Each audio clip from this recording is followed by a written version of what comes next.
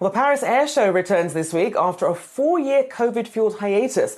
The world's largest air show brings together suppliers, buyers and government officials, celebrating major deals and showcasing new tech for both commercial and military aviation.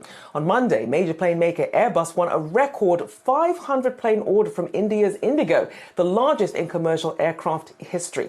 Now, they're competing with rival Boeing to ramp up aircraft production as the industry faces supply chain delays that have plagued production in recent years. Manufacturers are also showcasing efforts to make air travel more environmentally friendly. To that end, globally, aviation only accounted for 2.4% of total carbon emissions in 2018, according to the Environmental and Energy Study Institute. Still, leaders are keen to lower their carbon footprint. In 2021, the global aviation industry, IATA, pledged to try to achieve net zero emissions by 2050. David Callaway, editor and founder of Callaway Climate Insights, joins me now. Thank you and welcome back to the show here. So obviously you have this huge deal which really just speaks to the demand that you have for airlines right now. Are we seeing the same appetite when it comes to investing in the sustainable future, sustainable fuel and some more sustainable airlines and jets? I think we're going to, Rachelle. Good morning. Right now, the airline industry is kind of in what they've been calling the revenge travel mode. Everyone's traveling again. COVID is over. Economies are starting. Looks like they're going to skirt recession. And we're starting to see all these big orders. 4 years is a long time. And the airline industry weathered the COVID epidemic, which was kind of the bust of its cycle. A giant surge in climate disasters around the world. So even though it's establishing kind of a boom mentality again this year with these big orders like the one from India you mentioned. There was another one from India today for Boeing planes, a big one from China.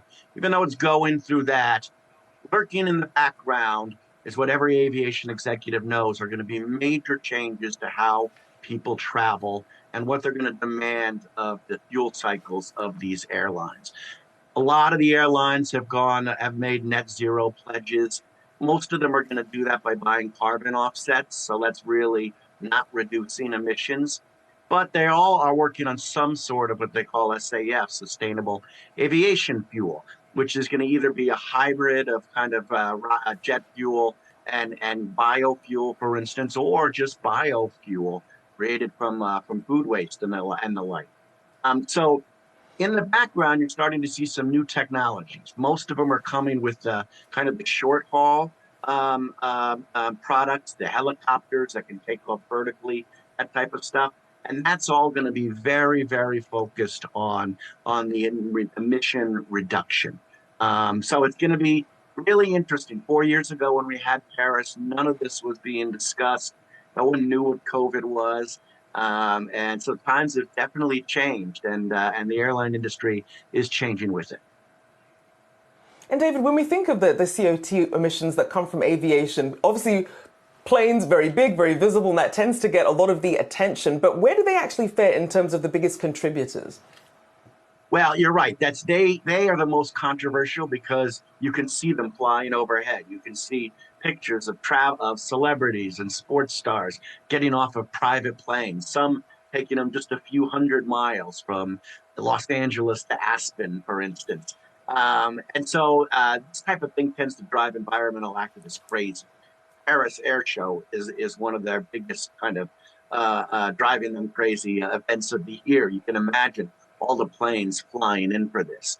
But in actuality, air emissions are about, like you said, 2.4%, ranging from 2.5% to 3% in any given year. That's less than the shipping industry. It's a ton less than kind of fossil fuel production. It's much less than the auto industry, which I think is in the 15 to 20% range.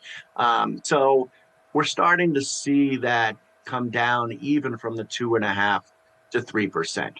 Some nations are taking action already. France, for instance, host of the air show, is going to ban short-haul flights of under 500 miles, force people to take the trains.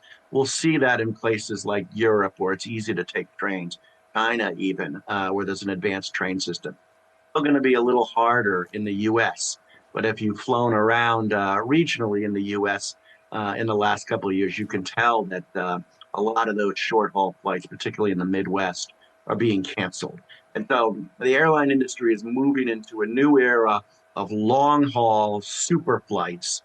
And in that era, we're going to see the advancement of sustainable aviation fuel.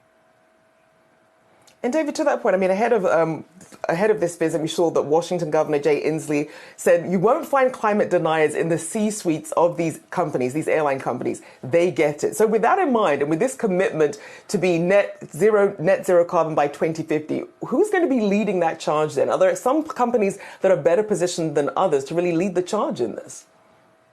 Well, right now, Rachelle, they're all kind of dabbling in it. I mean, the ones that are familiar to us, United, American, Delta, some of the international ones, they're all making their net zero pledges. To be honest, that's behind the curve compared to what, say, the banking industry's been doing, or the auto industry, where they're actually taking action to decarbonize. So the airline industry has a long way to go.